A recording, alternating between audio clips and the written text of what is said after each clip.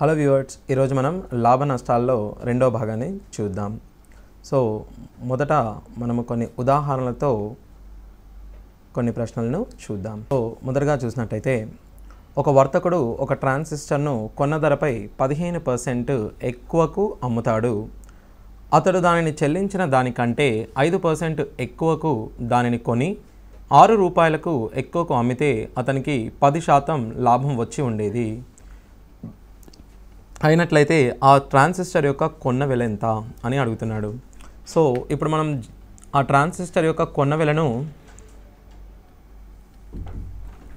మనం x అనుకున్నప్పుడు, మొదటగా అతడు దానిని 15% ఎక్కువకు అమ్ముతున్నాడు అనగా 15% ఎక్కువ అనగా మనం మొదటగా చూసినప్పుడు 1 + 15/100 దీన్ని మనం 23/100గా చెప్పుకోవచ్చు. అనగా ఎక్స్కు కొని 23/20గా చెప్పుకోవచ్చు. 23/20 × xకు అమ్ముతున్నాడు. అతడు దానిని చెల్లించిన దానికంటే 5% ఎక్కువకు దానిని కొని అనగా 21/20 xకు దానిని కొని అనగా 5% ఎక్కువ. 5% పెంచడము అనగా 21/20చే గుణించడము అని అర్థం. 6 రూపాయలు ఎక్కువకు అమ్మితే, అంటే అమ్మిన వెల కంటే 6 రూపాయలు ఎక్కువగా అమ్మినట్టయితే తనకు 10% లాభం వచ్చి ఉండేది. లాభము 10% కావున దీనిని మనం 10% పెంచినట్లయితే దీనికంటే మనము 6 రూపాయలు ఎక్కువగా చేయాల్సి ఉంటుంది. అనగా 23/20x + 6గా దీన్ని మనం తీసుకోవచ్చు. ఇప్పుడు దీనిని మనం సూక్ష్మీకరిద్దాం. సో మొదటగా 21 × 11 x / 200 = 23x + 120/20 గాను. ఇప్పుడు దీన్ని మనం క్యాన్సిల్ చేసుకున్నట్టయితే 10. 21 × 11 231 × x = 230x + 1200 గాను మనం దీన్ని తీసుకోవచ్చు. అనగా ఇప్పుడు మనకు x యొక్క విలువ 1200గా వచ్చింది. సో అతడు మొదటగా కొన్న వెల 1200గా మనం దీన్ని చెప్పుకోవచ్చు. ఇదే ప్రశ్నను మనము మరొక విధంగా కూడా చేసే అవకాశం ఉంటుంది. అది ఎట్లనగా, మొదటగా మనము కొన్న వెలను 100% గాను అనుకుందాం. కొన్న వెలను మనం 100% అనుకున్నప్పుడు అమ్మిన వెల 15% కావున ఇది 115% అవుతుంది. ఇప్పుడు మనం ఈ కొన్న వెలను 5% పెంచిన అనగా 105% చేసినట్టయితే మనము దీన్ని 6 రూపాయలు ఎక్కువకు అమ్ముతున్నాము. అనగా 115% + 6%. ఈ 105ను మనం 10% పెంచాలి. ఎందుకనగా మనకు 10% లాభం వచ్చిందని చెప్తున్నాం కాబట్టి 10% పెంచినట్టయితే 105లో 10% మనము 10.5గా చెప్పవచ్చు. అనగా 105కు మనం 10.5 జత చేసినప్పుడు 115.5% అనేది 115% + 6 రూపాయలుగా మనం చెప్పవచ్చు. అప్పుడు చూసినట్టయితే మనకు 0.5% అనేది 6 రూపాయలకు మనం జత చేసినట్టయితే 1%ను 12 రూపాయలుగాను, మరియు అదేవిధంగా 100%ని మనము 1200 రూపాయలుగా చెప్పవచ్చు. సో ఈ విధంగా ఈ ప్రశ్నను మనము 2 మెథడ్లలో చేయడానికి అవకాశం ఉంది. సో ఈ విధంగా మీరు మొదట చెప్పిన విధంగా అయినా లేక రెండో చెప్పిన విధంగా కూడా ఈ ప్రశ్నను మనం చేసుకోవచ్చు. మీరు భిన్నాలలో కంఫర్టబుల్గా ఉంటే మీరు భిన్నాలను ఉపయోగించవచ్చు, లేదా మీరు విలువల్లో కంఫర్టబుల్గా ఉంటే విలువలను ఉపయోగించి ఈ ప్రశ్నను మనం సులువుగా చేసుకోవచ్చు. అదేవిధంగా మనము మరొక ప్రశ్నను చూద్దాం. ఇప్పుడు ఒక వ్యక్తి తన టేబుల్ను 12.1/2% లాభానికి, కుర్చీని 8.1/3% నష్టానికి అమ్మి మొత్తం మీద 25 రూపాయలు లాభం పొందాడు.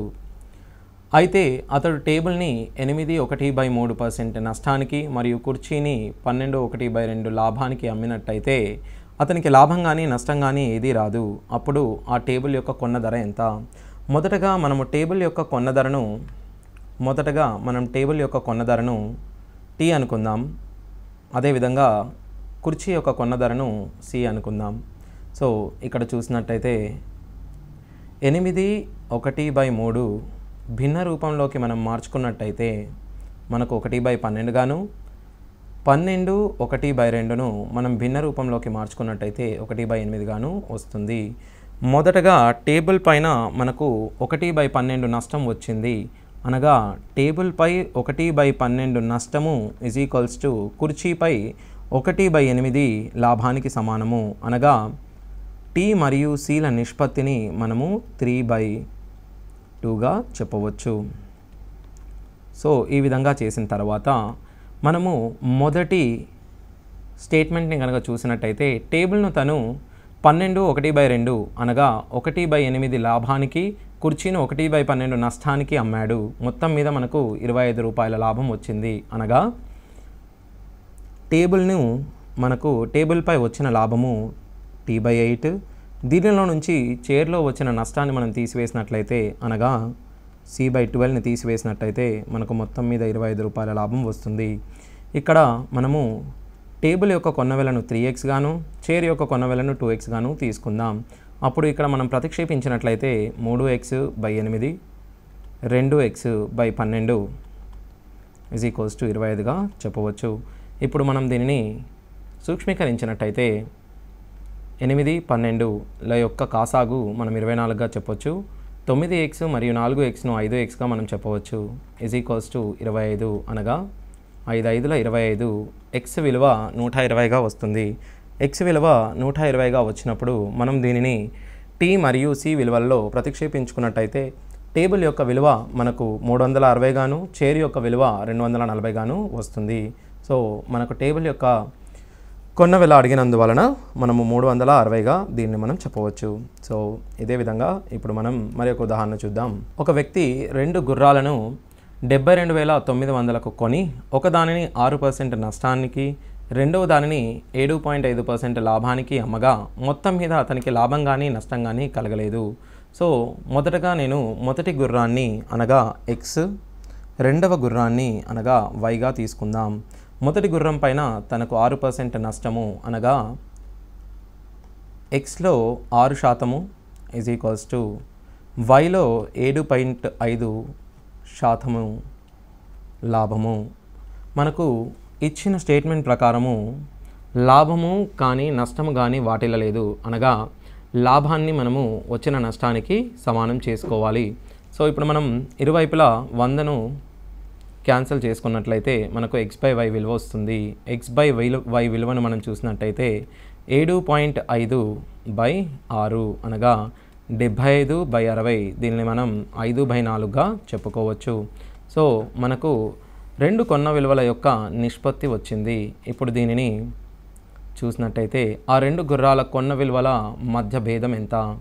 మనము మొదటి గుర్రాన్ని కొన్న విలువను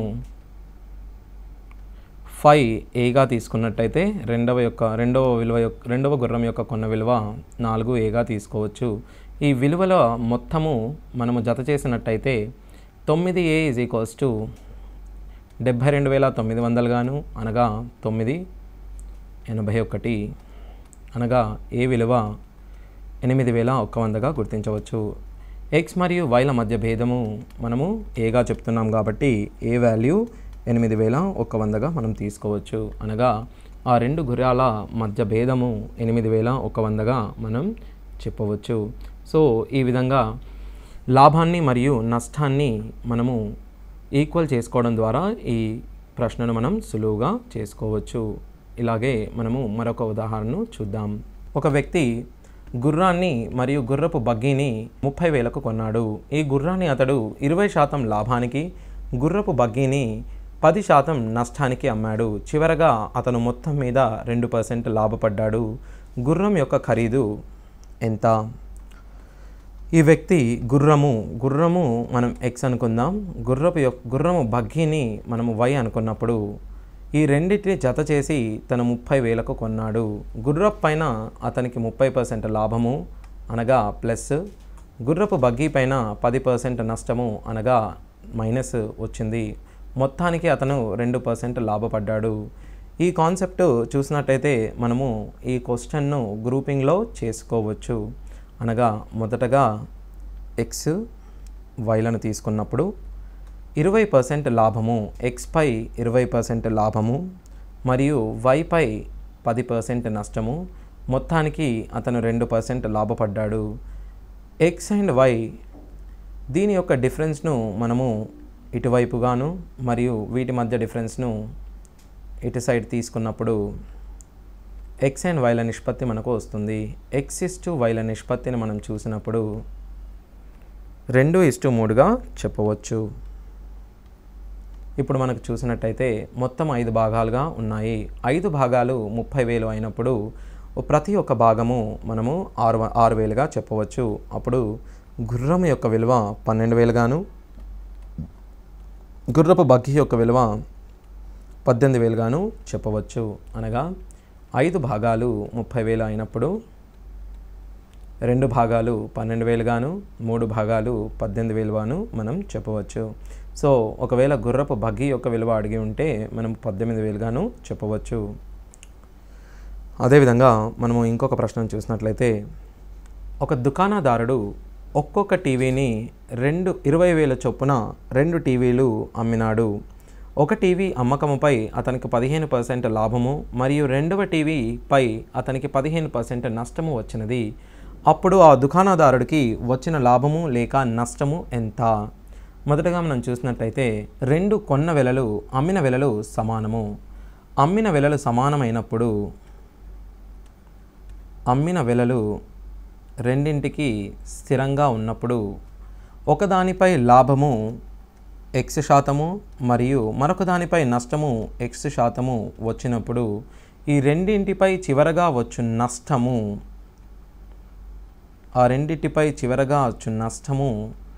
నష్ట శాతము ఎల్లప్పుడూ x²/100గా ఉంటుంది. సో ఇది మనము శాతాలలో నేర్చుకున్నటువంటి సూత్రము. సో ఆ సూత్రాన్ని మనము ఇచ్చట ఉపయోగించినప్పుడు 15% లాభము మరియు 15% నష్టము, ఇది కేవలం x% లాభము మరియు x% నష్టము మరియు అమ్మిన వెల స్థిరంగా ఉన్నప్పుడు మాత్రమే ఈ సూత్రాన్ని మనం ఉపయోగించాల్సి ఉంటుంది. మరి ఏ కేసులోనూ దీనిని మనం యూజ్ చేయాల్సిన అవసరం ఉండదు. సో 15% పెరిగినది, 15% ఒకే నష్టము కావున మనకు మొత్తంగా 15² అంటే 225/100 అంటే 2.25 నష్టముగా మనం దీన్ని చెప్పుకోవచ్చు.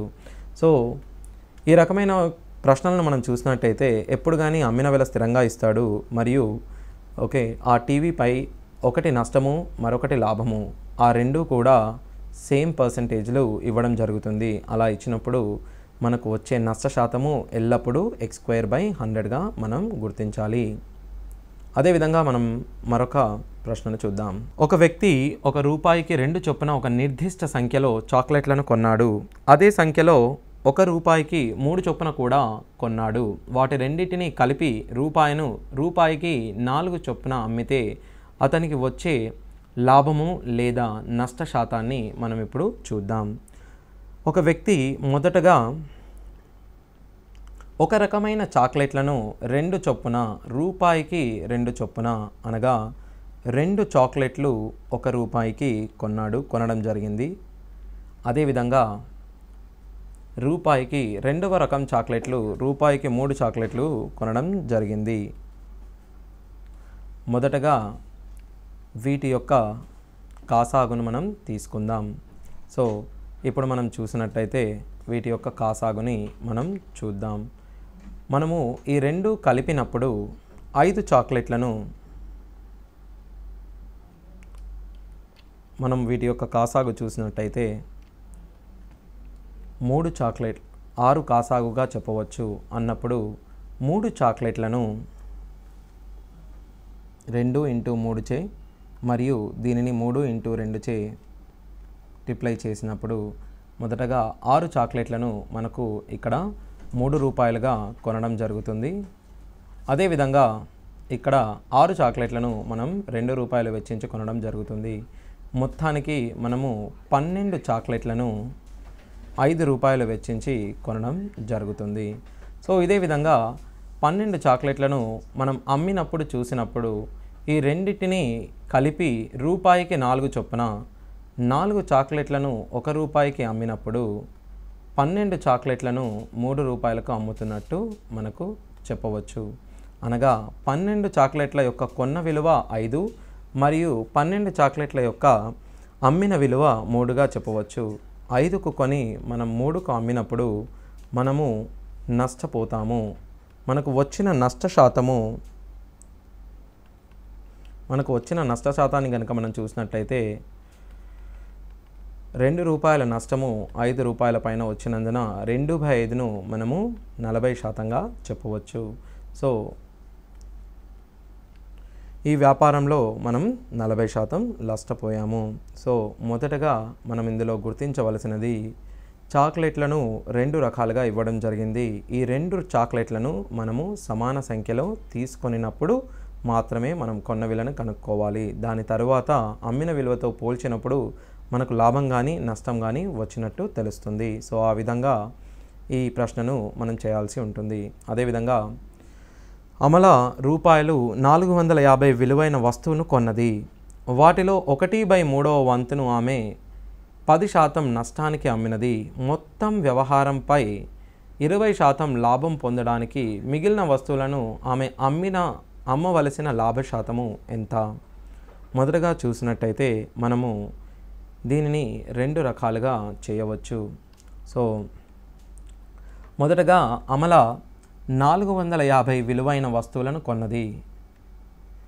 అమల ఈ మొత్తం వ్యాపారంలో 20% లాభాన్ని పొందడానికి ప్రయత్నిస్తుంది. అనగా 20%, 450లో 20%ని మనం 90గా చెప్తాము. అదే 1/3వ వంతును ఆమె 10% నష్టానికి అమ్మింది. అనగా 1/3 వంతు 450లో 1/3వ వంతు అనగా 150. దీనిలో ఆమె 10% నష్టానికి అమ్మినది. 10% నష్టము అనగా -15. మిగిలిన 300పై ఆమె పొందవలసిన లాభము ఈ 90 రూపాయలు మనకు మొత్తం లాభంగా పొందాలంటే మనము ఆల్రెడీ 15 రూపాయలు నష్టపోయాము కాబట్టి ఈ నష్టాన్ని భర్తీ చేస్తూ 90 రూపాయలు లాభాన్ని పొందడానికి మనము మిగిలిన వస్తువులను 105 రూపాయలు అమ్మవలసి ఉంటుంది. సో ఈ 300లో 105 ఎంత శాతం అని నేను అడిగినప్పుడు 105/300 ఇంటూ 100గా మనం చెప్పుకోవచ్చు. సో ఇలా చేసినప్పుడు 105/3 35%గా మనం దీన్ని చెప్పవచ్చు. సో ఇది మనం మొదటగా చూసినప్పుడు చేసే పద్ధతి. అదేవిధంగా మనం కొంచెం ఆలోచించినట్టయితే ఇక్కడ మనము 2 గ్రూపులను కలపడం జరుగుతుంది. అనగా ఈ ప్రశ్నను మనం గ్రూపింగ్ మెథడ్లో కూడా చేయడానికి అవకాశం ఉంటుంది. సో ఇప్పుడు మనం ఈ ప్రశ్నను గ్రూపింగ్ మెథడ్లో చేసినట్టయితే మొదటగా 1/3వ వంతు అనగా 3 భాగాలలో 1 భాగము, 3 భాగాలలో 1 భాగాన్ని తను 10% నష్టానికి అమ్మినది. అనగా -10గా తీసుకుందాం. మిగిలిన 2 భాగాలను మనము X% లాభానికి అమ్మినట్లయితే మనము మొత్తంగా 20% లాభాన్ని పొందుతున్నాము. అనగా 1 ఇంటూ ఈ 2 సంఖ్యల మధ్య భేదాన్ని మనం 30గా గమనించవచ్చు. అదేవిధంగా 2 ఇంటూ ఇక్కడ -10 తక్కువగా ఉన్నందుచేత X మనం పెద్దదిగా గుర్తించాలి. X - 20 అన్నప్పుడు X - 20 = 15 గాను X 35%గా మనం చెప్పవచ్చు. ఈ విధంగా దీన్ని గ్రూపింగ్ చేయడం ద్వారా మనము ఈ ప్రశ్నను అతి సులువుగా సాధించడానికి అవకాశం ఉంటుంది. అదేవిధంగా మనం ఇప్పుడు మరొక ఉదాహరణను చూద్దాం. ఒక వ్యక్తి ఒక వస్తువును 10% నష్టానికి అమ్మాడు. దానిని 20% తక్కువకు కొని 55 రూపాయలు ఎక్కువగా అతడు అమ్మి ఉంటే అతనికి 40% లాభం వచ్చేది. అప్పుడు ఆ వ్యక్తి యొక్క అసలు కొన్న ధర ఎంత? ఇప్పుడు మనం చూసినట్టయితే ఒక వ్యక్తి ఒక వస్తువు నష్టానికి అనగా 10% నష్టానికి అమ్మాడు. ఇప్పుడు మనం ఆ వ్యక్తి యొక్క ఆ వ్యక్తి కొన్న ధర, ఆ వస్తువును కొన్న ధర మనం 100% అనుకుంటే అతను 90%కే అమ్మడం జరిగినది. దానిని 20%కి తక్కువ కొని, అనగా దానిని 80%కి కొన్నట్టయితే 55 రూపాయలు ఎక్కువకు అమ్మి ఉంటే, 55 రూపాయలు ఎక్కువకు అమ్మి ఉంటే అతను పొంది ఉండే లాభ శాతము 40%. అనగా 80పై 40% మనము జత చేసినట్లయితే 80లో 10% మనం 8 గాను, మరియు 80లో 40% మనం 32 గాను చెప్పవచ్చు. అనగా దీనికి 32 జత చేసినప్పుడు మనము దీనిని 112గా గుర్తించవచ్చు. అనగా 112% 90% ప్లస్ 55కు సమానము. అనగా ఇప్పుడు మనం చూసినట్టయితే ఈ 90ని మనం ఇటువైపు తెచ్చుకున్నట్టయితే 22% 55 రూపాయలకు సమానము అన్నప్పుడు దీనిని ఇరువైపులా మనము 11చే భాగించినప్పుడు 11 2 11 5 2% 5 రూపాయలకు మరియు 100% 2 × 50 100 వచ్చింది కాబట్టి 5 × 50 250గా మనం చెప్పవచ్చు. అనగా ఆ వస్తువును కొన్న వెల మనం 250గా చెప్పవచ్చు. సో ఇలా పర్సంటేజ్ తీసుకోవడం ద్వారా ఈ సమ్ని మనం సులువుగా చేయవచ్చు. దీనిని మీరు భిన్న రూపంలో కూడా ప్రయత్నించడానికి ట్రై చేయండి. సో అలా కూడా మీరు ఈ సమ్ని చేయవచ్చు. సో ఇప్పుడు మనం ఇంకొక టాపిక్ డిస్కస్ చేసే ముందు మనం మొదటగా రాయితీల గురించి తెలుసుకుందాం. సో ఒక వస్తువును మనం కొని అమ్మదలిచినప్పుడు మనము మొదటగా ఆ వస్తువుని కొంచెం పెంచి దాని తర్వాత దానిపై రాయితీ ఇవ్వడం జరిగింది. మనము ఉదాహరణకు ఒక వస్తువును 100 రూపాయలకు కొందాం అనుకుందాం. ఫర్ ఎగ్జాంపుల్ మనం చూసినట్టయితే ఒక వస్తువు యొక్క కొన్న ధర 100 రూపాయలు అని అనుకుందాం. దీనిని మనం ఒక వ్యాపారంలో ఈ వస్తువుని కొంత శాతం పెంచి మరల దీనిపై రాయితీ ఇచ్చి అమ్మడం జరుగుతుంది. మొదటగా ఈ వస్తువును మనం 20% పెంచుదాం. ఈ వస్తువుని మనం 20% పెంచినప్పుడు వచ్చే ధరను మనం ప్రకటిత ధరగా పేర్కొంటాం. సో ఈ పెంచిన దానిని మనము మార్కప్ పర్సంటేజ్గా చెప్తాము. సో ఈ పెంచిన ధర 20%ని మనము పెంచుతున్నాము. అప్పుడు మనకు వచ్చిన ప్రకటిత ధర M గాను మరియు ప్రకటిత ధర 120పై మనం ఇప్పుడు రాయితీని ఇవ్వడం జరుగుతుంది. మనము ఇచ్చిన రాయితీ 10% అనుకుంటే 120పై మనం 10% రాయితీ ఇవ్వడం, అనగా 12 రూపాయలు తగ్గించడం జరుగుతుంది. చివరగా మనకు అమ్మిన వెల 108గా గమనించవచ్చు. మనము కొన్న వెలను మరియు అమ్మిన వెలను పోల్చినప్పుడు మనకు 8 రూపాయల లాభాన్ని రావడం మనం గమనించవచ్చు. సో ఈ చక్రాన్ని మనం సరిగా చూసినట్టయితే మనకు కొన్న వెల మరియు ప్రకటిత వెల మరియు అమ్మిన వెలపై వచ్చిన ప్రశ్నలను సులువుగా సాల్వ్ చేయడానికి అవకాశం ఉంటుంది. ఇప్పుడు మనం చూసినట్టయితే మనము మొదటగా కొన్న వెలను M% పెంచుతున్నప్పుడు మనకు ప్రకటిత వెల వస్తుంది. అనగా Cను మనం M% పెంచుదాం. అప్పుడు మనకు వచ్చే విలువను మనం ప్రకటిత వెలగా చెప్తాము. ఈ MPను మనము D% తగ్గించినట్టయితే, అనగా 1 - D/100 చేసినట్టయితే మనకు అమ్మిన వెల వస్తుంది. అదేవిధంగా ఈ ఎంపీని మనం ఇక్కడ ప్రతిక్షేపించినట్టయితే మొదటగా Cను మనం M% పెంచడము మరియు D% తగ్గించడము ద్వారా మనకు అమ్మిన వెల వస్తుంది. ఒక వస్తువు యొక్క విలువను M% పెంచి మరియు D% తగ్గించడము అనగా M - D - MD/100గా చెప్పుకోవచ్చు. దీని యొక్క విలువ ధనాత్మకము అయితే మనకు లాభము, లేదా రుణాత్మకము అయితే నష్టము వచ్చినట్టుగా మనం చెప్పవచ్చు. మనకు లాభ నష్టాలు అనేవి మనము పెంచిన ధర మరియు ఇచ్చిన రాయితీలపై ఆధారపడి ఉంటుంది. మనము కేవలము తక్కువ ధరను పెంచి ఎక్కువ రాయితీ ఇచ్చినట్లయితే మనకు నష్టం వాటిల్లక తప్పదు. సో ఈ విధంగా మనము లాభము మరియు నష్టము మరియు రాయితీలమైన క్వశ్చన్లు మనం సులువుగా సాల్వ్ చేసుకోవచ్చు. అదేవిధంగా మనకు 2 వరుస రాయితీలను ఇచ్చినప్పుడు దీనిని ఒకే రాయితీని ఏ విధంగా చేయాలో చూద్దాం. ఇప్పుడు మనం చూసినట్టయితే ఒక ప్రకటిత ధరపై మొదటగా D1 డిస్కౌంట్ అనగా D1 రాయితీ మరియు రెండవ రాయితీ D2 ఇచ్చినప్పుడు మనం దీనిని D1 plus D2 minus D1 D2 by 100గా చెప్తాము. అనగా 2 వరుస డిస్కౌంట్లు 10% ప్లస్ 10% ఇచ్చినప్పుడు దీనిని మనం ముందుగా శాతాలలో చెప్పినట్టుగా 10 ప్లస్ 10 మైనస్ 1 అనగా 10 ఇంటూ 10 బై 100 ఒకటిగా చెప్పవచ్చు. అనగా 19% డిస్కౌంట్గా చెప్తాము. అనగా ఈ 2 రాయితీలను ఒకే రాయితీగా మార్చినప్పుడు మనకు వచ్చు విలువ 19%గా చెప్పవచ్చు. దాన్ని మీరు గుర్తుంచుకోవడానికి ఈ సూత్రాన్ని గుర్తుంచుకోవడానికి ప్రయత్నించండి.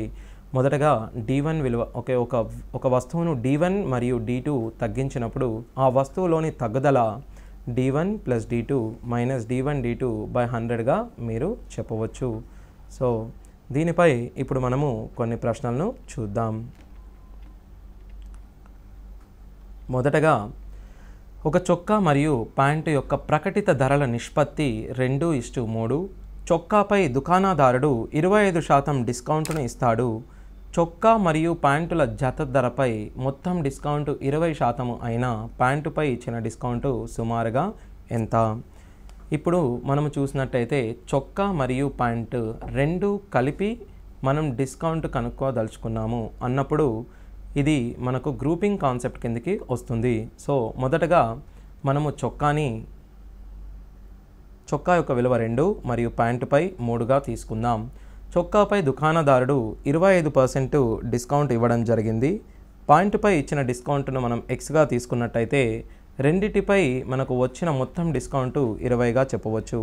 అన్నప్పుడు 2 ఇంటూ మనం గ్రూపింగ్ కాన్సెప్ట్ను అప్లై చేసినట్టయితే 25 మరియు 20ల మధ్య భేదము 5. X మైనస్ 25 మనకు ఎక్కువగా ఉన్న కారణంగా ఇక్కడ X తక్కువగా ఉంటుంది అన్నప్పుడు 20 మైనస్ Xగా దీన్ని మనం చెప్పుకోవచ్చు. సో ఇప్పుడు దీన్ని మనం చూసినట్టయితే 10/3గా చెప్పుకోవచ్చు. Is equals to 20 minus X అన్నప్పుడు X యొక్క విలువ 20 మైనస్ 10/3 అనగా 50/3గా అనగా 16.66%గా మనం దీన్ని చెప్పుకోవచ్చు.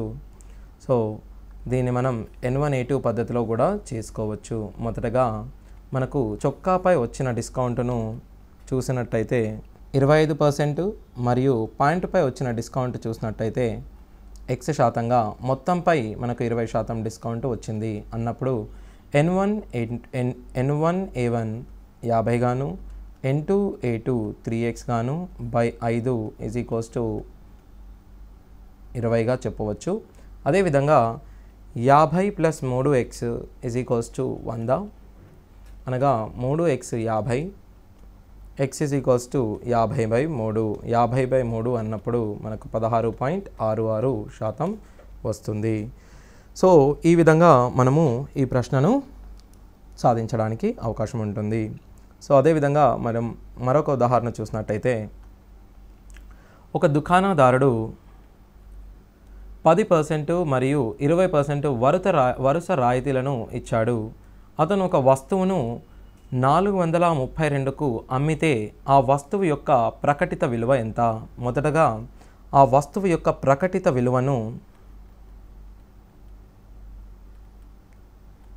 విలువను మనం X అనుకుందాం. ఈ Xపై తను 2 రాయితీలను ఇవ్వడం జరిగింది. మొదటగా 10% రాయితీ అనగా 10% తగ్గింపు అన్నప్పుడు 1 మైనస్ 10/100 అనగా 9/10 గాను మరియు 20% రాయితీ అన్నప్పుడు 20% తగ్గింపు అనగా 1 మైనస్ 20/100. ఈ శాతాలను మనం భిన్న రూపాలలో సులువుగా రాయగలిగితే ఇలాంటి ప్రశ్నలను మనము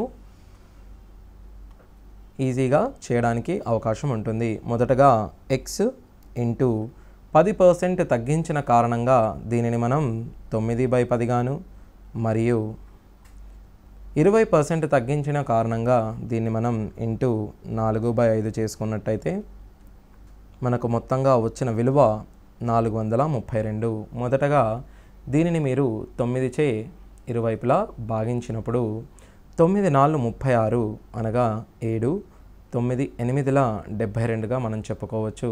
4 12 అనగా x/50 చేసినట్టయితే 12 x = 50, 12 5 60 అనగా x విలువ 600గా మనం చెప్పుకోవచ్చు. ఇలా కాకుండా మనము దీనిని సూత్రం ఆధారంగా కూడా చేసే అవకాశం ఉంటుంది. మనము సూత్రాన్ని ఉపయోగించినప్పుడు మొదటగా ఇచ్చిన రాయితీ 10% మరియు రెండవగా ఇచ్చిన రాయితీ 20%. మనము ఏదేని ఒక విలువను 10% మరియు 20% తగ్గించినప్పుడు ఆ విలువ 10 + 20 మైనస్ 10 × 20/100% తగ్గుతుంది. అనగా ఆ యొక్క విలువ 28% తగ్గుతుంది. అనగా ఈ రెండు వరుస రాయితీలను మనము ఒకే రాయితీగా రాసుకున్నప్పుడు 10% మరియు 20% వరుస రాయితీలను మనం ఒకే రాయితీగా రాసుకున్నప్పుడు 28%గా వచ్చును. అనగా ఒక వస్తువుపై మనము 28% రాయితీ ఇచ్చినప్పుడు మిగిలిన విలువ 72%గా మనం తీసుకోవచ్చు. అనగా మనకు ఇచ్చిన విలువ కేవలం 72%గా మనం గమనించవచ్చు. అనగా 72% 432 కాబట్టి 100%ని మనం ఇప్పుడు కనుక్కోవాలి. 100%ని మనం కనుక్కున్నట్టయితే 72 1లు 72 6లు, అలాగే 100 × 6 చేసినప్పుడు మనకు ఆ విలువ 600గా వస్తుంది. ఇలా వివిధ పద్ధతుల్లో మనము ఈ యొక్క ప్రశ్నను సాధించడానికి అవకాశం ఉంటుంది. సో అదేవిధంగా మనం ఇప్పుడు మరొక ఉదాహరణ చూద్దాం. ఒక బిల్లుపై 35% రాయితీకి మరియు రెండవ వరుస రాయితీలు 20% మరియు 20%ల మధ్య భేదము 22 అయితే ఆ బిల్లుపై పన్ను మొత్తం ఎంత? మొదటగా మనం చూసినట్టయితే ఇచ్చిన రాయితీ 35% రాయితీకి మరియు రెండవగా మనము 2 రాయితీలను ఇవ్వడం జరుగుతున్నది. అది 20% మరియు 20%. మొదటి రాయితీని మనం తీసుకున్నప్పుడు 35% గాను మరియు 2 వరుస రాయితీలను మనం తీసుకున్నప్పుడు 20% మరియు 20% 2 వరుస రాయితీలు ఇచ్చినప్పుడు దీనిని ఒకే రాయితీగా రాయడానికి మనము సూత్రంని ఉపయోగించినప్పుడు మనకు వచ్చిన శాతము 36%గా మనం చెప్పుకోవచ్చు. అనగా 36%కి 35%కి భేదము 1% మాత్రమే. ఈ 1% అనేది 22 రూపాయలు అయితే 100%ని మనం 2200గా తీసుకోవడానికి అవకాశం ఉంటుంది. సో ఇలా మనం ఈ రెండింటిని పోల్చినప్పుడు 1%ని 22 గాను 100%ని 2200 గాను రాయడానికి సులువుగా ఉంటుంది. సో ఈ విధంగా మనము ఈ సమ్ని చేయవచ్చు. సో అదేవిధంగా మనము నెక్స్ట్ ఉదాహరణకు వెళ్ళినట్టయితే ఒక టోకు వ్యాపారి నుండి ఒక దుకాణదారుడు ప్రకటిత వెల 16,000 ఉన్న ఒక టీవీని వరుసగా 2 తగ్గింపు ధరలు 20% ఆ తర్వాత 10%లలో కొన్నాడు. అతనికి ఆ టీవీని రవాణా చేయడానికి 480 రూపాయలు ఖర్చు అయినది. అతను ఆ టీవీని 1500కు అమ్మితే అతనికి వచ్చిన లాభశాతము ఎంత? మొదటగా అతనికి వచ్చిన లాభశాతాన్ని మనం కనుగొనవలసి ఉంటుంది. ఆ టోకు వ్యాపారి ఆ దుకాణదారుడు ఇచ్చిన ప్రకటిత వెలపై మొదటగా 2 డిస్కౌంట్లు అనగా 2 తగ్గింపులు 10 మరియు 20. 16,000పై మీరు 10% తగ్గించినట్టయితే 9/10 తరువాత మనం 20% తగ్గించినట్టయితే 4/5గా చెప్పుకోవచ్చు. దీనికి మనకు 480 రూపాయలు అతనికి ఖర్చుగా అయింది. అనగా మనము కొన్న వెలను మరి 480 రూపాయలు చేర్చవలసి ఉంటుంది. ఇప్పుడు దీన్ని మనం కనుక్కున్నప్పుడు 0 0ను కట్ చేసినట్టయితే 5 1లు 5 320. సో మనం మొదటగా ఆయన ఖర్చును కనుక్కుందాం. సో మనకు అమ్మిన వెల 15,000గా చెప్పడం జరిగింది. సో కొన్న వెల 3,320 ఇంటూ 9 ఇంటూ 4 గాను మరియు ప్లస్ 480. అమ్మిన వెల 15,000. కొన్న వెలను మొదటగా మీరు కనుక్కోండి. 9 ఇంటూ 4 మనం 36. 36 ఇంటూ 32 మనం చేసినట్టయితే 12 7 18. దీన్ని జత చేసినట్లయితే 1,052గా మనం చెప్పవచ్చు. అనగా 10,520కి మనం 480 యాడ్ చేసినట్టయితే 1,100గా మనం చెప్పవచ్చు.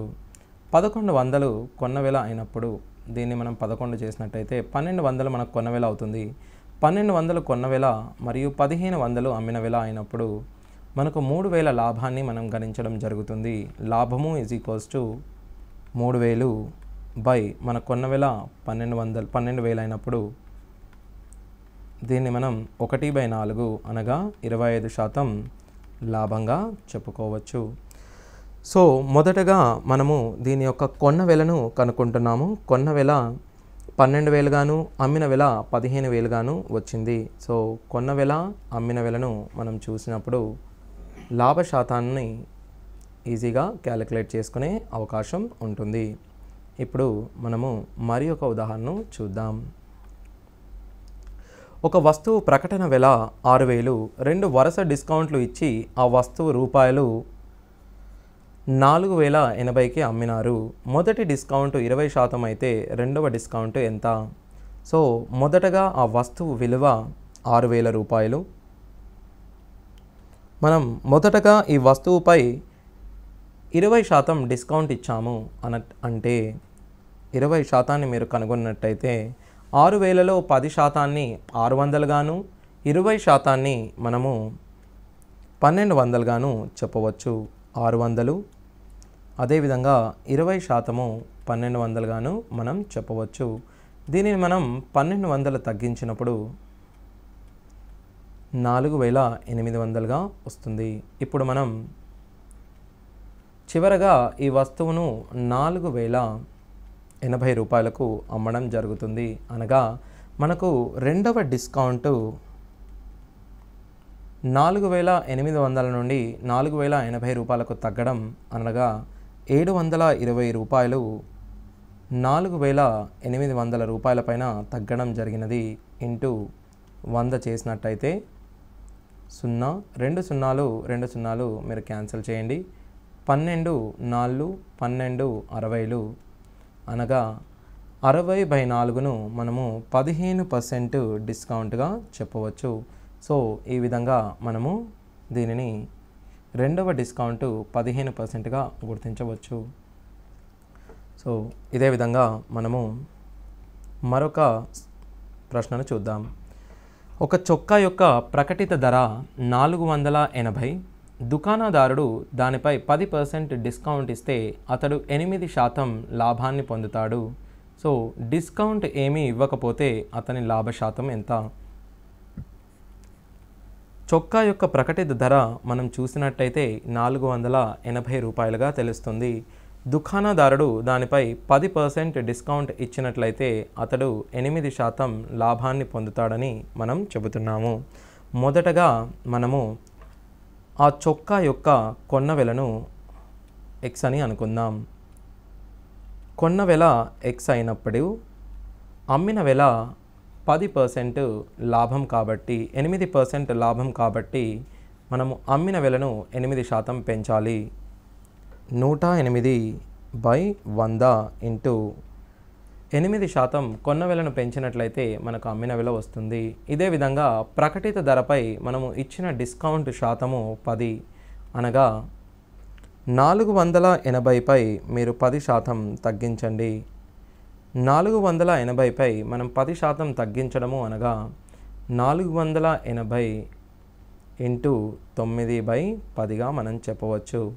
ఈ రెండు విలువలు అమ్మిన విలువలు అయినందువల్ల ఈ రెండు విలువలను ఈక్వేట్ చేయడం ద్వారా మనము ఇచ్చిన విలువను కనుగొనవచ్చు. మొదటగా 9 12 12 1 12 4 అనగా కొన్న వెల 400గా మనం చెప్పవచ్చు. కొన్న వెల 400 అయినప్పుడు అమ్మిన వెల 480గా మనకు తెలుస్తుంది. అనగా దీనిపై తను 80 రూపాయల లాభము బై 400 ఇంటూ 100 అనగా 20% లాభంగా పొందుతున్నట్టు మనం చెప్పగడం జరుగుతుంది. మనకు దీనిపై వచ్చిన లాభ శాతము 20గా చెబుతాము. ఇది మనం సూత్రం ఆధారంగా చేసినట్టయితే దీనిని అతి సులువుగా సాల్వ్ చేసే అవకాశం ఉంటుంది. అది ఏ విధంగా అనగా మనకు ఇచ్చిన సూత్రం ఒక వస్తువుని మనం m% పెంచి మరల దీన్ని d% తగ్గించినట్లయితే మనకు లాభము లేదా నష్టం వస్తుంది. ఇక్కడ తనకు వచ్చిన లాభ శాతము 8గా మనం చెప్తాం. అనగా లాభము 8 లాభం కాబట్టి మనం దీన్ని +8గా తీసుకుందాం. ఇప్పుడు మనము కనుక్కొనవలసిన విలువ m. సో అనగా m% పెంచి మరియు d% మనం తగ్గిద్దాం. అనగా 10% మనం తగ్గిద్దాం. 10 మైనస్ 10 ఇంటూ m బై 100 చేసినట్టయితే 8కి మనం సమానం చేసుకోవాలి. ఈ 10 ఇటు వచ్చినట్టయితే మనకు 18 గాను అనగా 9m బై 10ని మనం 18గా తీసుకోవచ్చు. అనగా మనం దీనిని పెంచిన శాతము 20%. ఏ రాయితీ ఇవ్వనందువల్ల మనము 20% పెంచినప్పుడు మనకు 20% లాభపడే అవకాశం ఉంటుంది. అనగా మనకు వచ్చిన లాభ శాతము 20%గా చెప్పవచ్చు. అదేవిధంగా మనం మరో ప్రశ్న చూద్దాం. ఒక వ్యాపారి ఒక క్యాలిక్యులేటర్పై 10% డిస్కౌంట్ను అనుమతిస్తాడు. ఆ డిస్కౌంట్కు దానిని అమ్ముతూ 20% లాభంను పొందడానికి కొన్న ధర కంటే అధికంగా ప్రకటించవలసిన ధర యొక్క శాతం ఎంత? సో అధికంగా ప్రకటించవలసిన ధర అనగా ఆ m% ఎంత అని మనను అడుగుతున్నాడు. మొదటగా మనం చూసినట్టయితే m మరియు dల మధ్య సంబంధము m% పెంచి మనము d% తగ్గించినచో మనకు లాభము లేదా నష్టము వస్తుంది. ఇక్కడ ప్రశ్నలో ఇచ్చినప్పుడు మనకు వచ్చినది లాభం అని తెలుస్తుంది. మనకు 20% లాభంగా తెలుస్తుంది.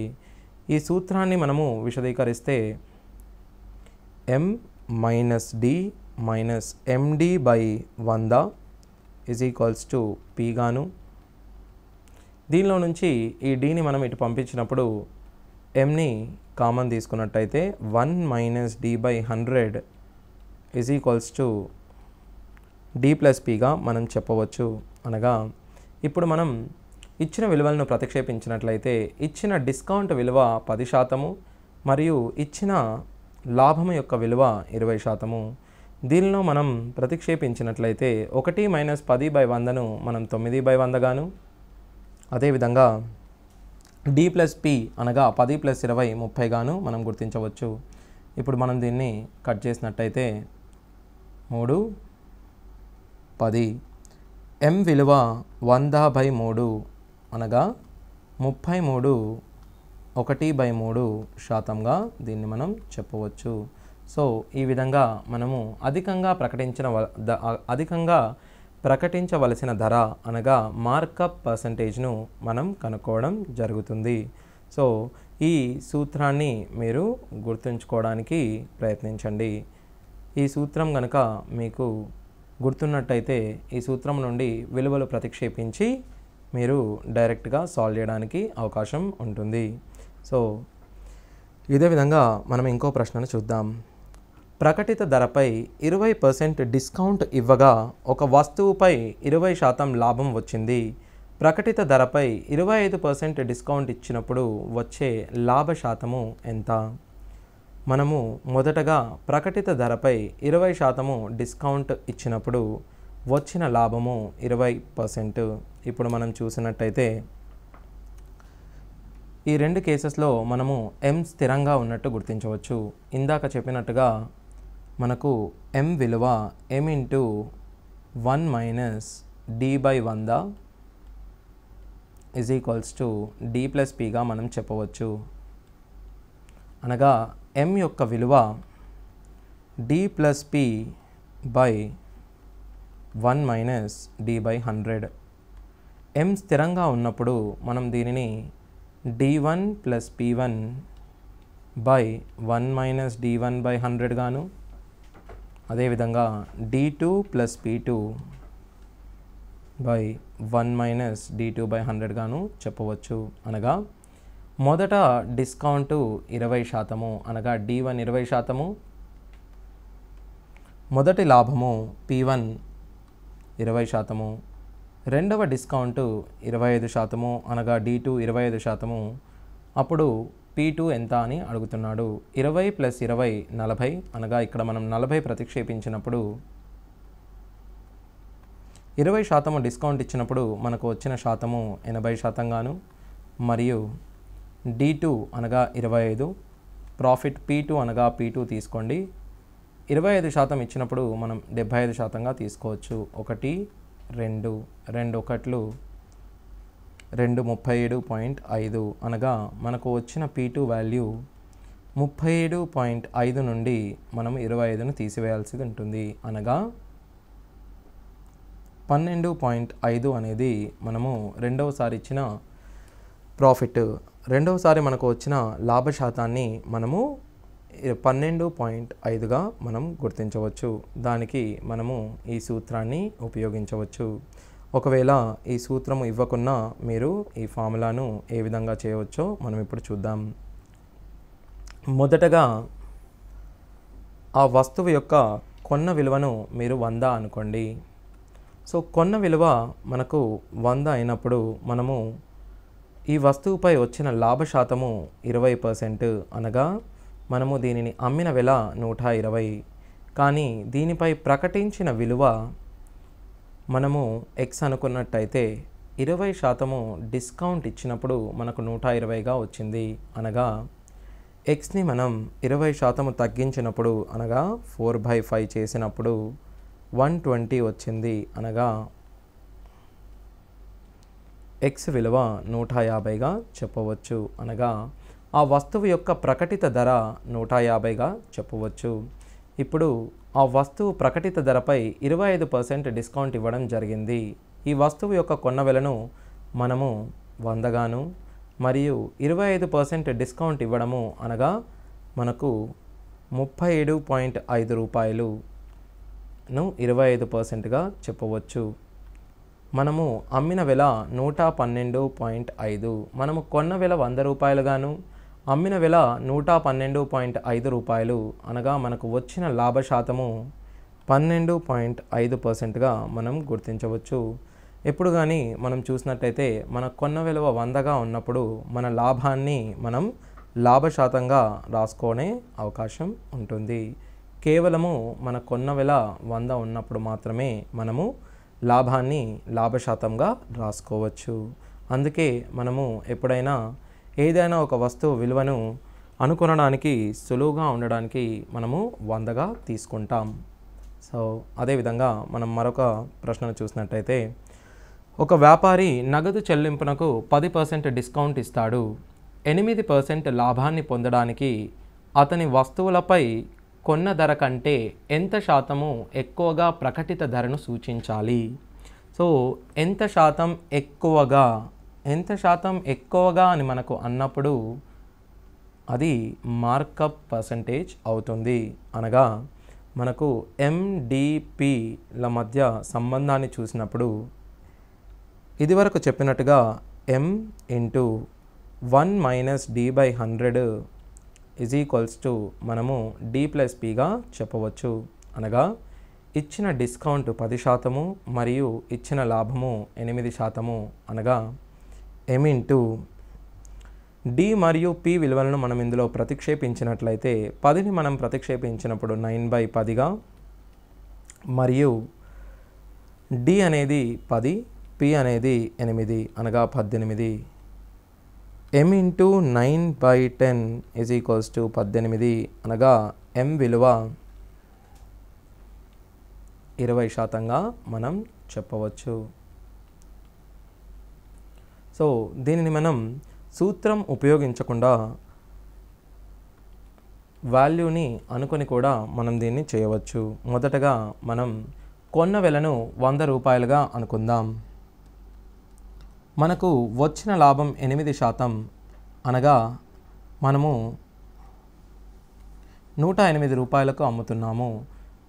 కానీ ఈ 108 రూపాయలు అనేది మనకు 10% డిస్కౌంట్ ఇచ్చిన తరువాత వచ్చిన విలువ. అనగా ఎక్స్పై మీరు 10% డిస్కౌంట్ ఇచ్చినప్పుడు మనకు 108 రూపాయలు వచ్చినది. అనగా 9, 12. ఎక్స్ యొక్క విలువ అనగా ప్రకటిత ధర 120. అనగా మన కొన్న విలువ 100 రూపాయలు, ప్రకటిత విలువ 120 రూపాయలు అన్నప్పుడు మనము ప్రకటించిన ధర కొన్న విలువ కంటే 20% ఎక్కువగా ఉన్నట్టు మనం గుర్తించాలి. ఇప్పుడు చివరగా ఒక ప్రశ్న చూద్దాం.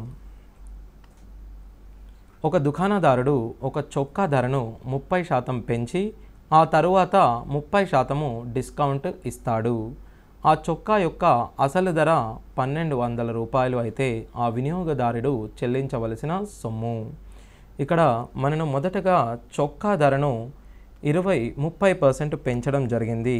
ఆ తరువాత 30% డిస్కౌంట్ ఇవ్వడం జరిగింది. అనగా మొదటగా చొక్కా ధరను 30% పెంచి ఆ తరువాత చొక్కా ధరను 30% తగ్గించడము. మనము శాతాలలో చూసినట్టుగా 30% పెంచడము మరియు 30% తగ్గించడము అనగా 30 × 30/100 మొత్తంలో 9% తగ్గించడము అని అర్థం. అనగా మనకు ఇచ్చిన విలువలో 9% తగ్గుతుంది. ఇప్పుడు కనుక మనం ఈ విలువలను చూసుకున్నట్లయితే 1200లో మనం 9% తగ్గించాలి.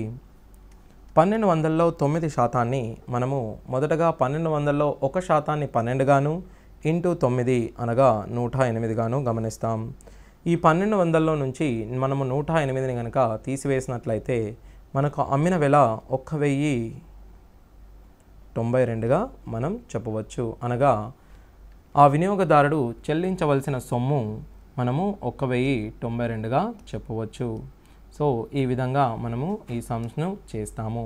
సో మీరు ప్రాఫిట్ లాస్ పైన మంచి అవగాహన రావడానికి మొదటగా మీరు శాతాలను పర్ఫెక్ట్గా క్షుణ్ణంగా చదవాల్సి ఉంటుంది. ఒక శాతాన్ని ఒక ఇచ్చిన నిష్పత్తిలోకి లేదా ఒక శాతాన్ని భిన్న రూపంలో ఎలా మార్చడమో ఇచ్చిన సంఖ్యలను తీసుకొని మొదటగా ప్రయత్నించండి. ఈ విధంగా చేసినట్లయితే మీరు చాలా సమయాన్ని సేవ్ చేసుకునే అవకాశం ఉంటుంది. సో మొదటగా కొన్ని నెంబర్స్ తీసుకొని మీరు దాన్ని ప్రాక్టీస్ చేయండి. సో ఈ విధంగా ప్రాక్టీస్ చేసినప్పుడు మీకు చాలా సమయం సేవ్ అవుతున్నట్టు మీరు గమనించవచ్చు. అదేవిధంగా ప్రాక్టీస్ చేసిన తరువాత ప్రతి ప్రశ్నకు ఒక 2 నిమిషాల సమయాన్ని కేటాయించి ఇచ్చిన ప్రశ్నలో మనము ఏ విధంగా స్టెప్స్ను చేశామో గమనించండి. సో ఆ స్టెప్స్ను మీరు తగ్గించగలిగే ప్రయత్నాన్ని చేయండి. ఒకవేళ మీరు ఆ స్టెప్స్ను తగ్గించగలిగే ప్రయత్నం చేసినట్లయితే మీకు డెఫినెట్గా మీరు దాన్ని తక్కువ స్టెప్లలో చేసే అవకాశం ఉంటుంది. సో ఈ విధంగా మీరు ప్రాక్టీస్ చేసినట్లయితే మీరు డెఫినెట్గా ఇచ్చిన సమయంలో అన్ని ప్రశ్నలను పూర్తి చేసే అవకాశం ఉంటుంది. So thank you.